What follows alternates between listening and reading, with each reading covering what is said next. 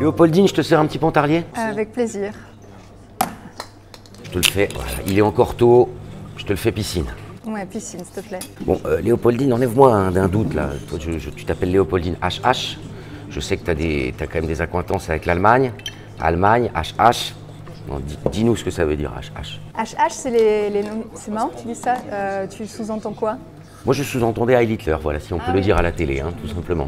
C'est la deuxième personne dans ma vie qui me dit ça. La première, c'est quelqu'un quand je suis passée à la téloge qui m'a dit faites attention quand même à votre nom.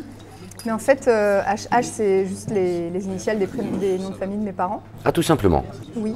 Et puis HH, c'est aussi la ville de Hambourg. C'est les deux lettres qui sont... Oui, t'as pas mal traîné à Hambourg, toi. Non, j'y ai un peu traîné, mais pas tant. Je parle pas très bien allemand. Et je suis originaire d'Alsace, donc forcément, effectivement, les noms de famille de mes parents, c'est Ham et Hummel. Hummel, c'est le bourdon en allemand. Et oui, j'ai des choses en tête, mais sur mon deuxième album, par exemple, il n'y a pas du tout de... Il y a un tout petit texte en allemand qui passe comme ça, mais... De chanter en allemand, finalement, pour les Français, j'ai envie de dire, c'est un peu osé de chanter en allemand. Ah, moi, je trouve qu'elle sonne très très bien, ouais, l'allemand. Bah, je trouve que ça...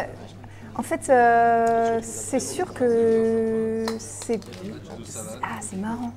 Mais ça, c'est voilà, c'est effectivement des cultures et des habitudes. Toi, tu as été habituée à entendre parler. Moi, j'ai été habituée déjà, en ayant une formation classique de musique, à beaucoup entendre des leaders, les leaders de Schubert, tous les opéras de Mozart, etc. Donc tout ça est en allemand. Et évidemment, c'est une langue qui sonne hyper bien chantée. J'ai aussi été biberonnée à des chanteurs comme Eva Maria Hagen, c'est la maman de Nina Hagen, donc Nina Hagen aussi, Wolf Biermann. Donc finalement pour toi c'était naturel, des chansons en allemand? Bah oui, ça fait vraiment partie de ma culture, vraiment. Mais toi, ce soir tu joues à Besançon, t'es un peu une régionale de l'étape, toi tu as vécu ici, tu continues à enregistrer ici, au studio Le Zèbre, t'as une petite histoire avec Besançon quand même. J'ai une grosse histoire même avec Besançon. J'ai fait mes études ici, c'est là que j'ai rencontré Charlie Chanteur, qui fait partie de mon groupe. On a fait nos études ici ensemble. Après j'ai vécu d'abord 3 ans ici, puis je suis allée voir si j'étais à Saint-Étienne, et je suis revenue bosser ici 4 ans. Et j'ai fait le festival de Cave, le festival des Nuits de Joux, en fait pendant 10 ans ici.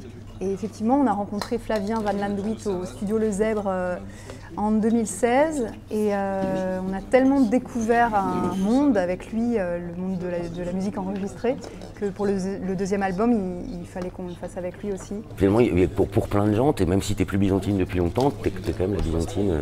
Mais même dans la presse nationale, il y a un article où ils m'ont définie comme byzantine. Ça a fait rire mes parents. Eh ben merci beaucoup Léopoldine. Parce que, voilà, je te chasse pas, mais je vais fermer comme on dit. Oh bah, je suis pas sûre de réussir à terminer vu l'heure. Finis-moi ça cul sec. J'hésite. Bisous.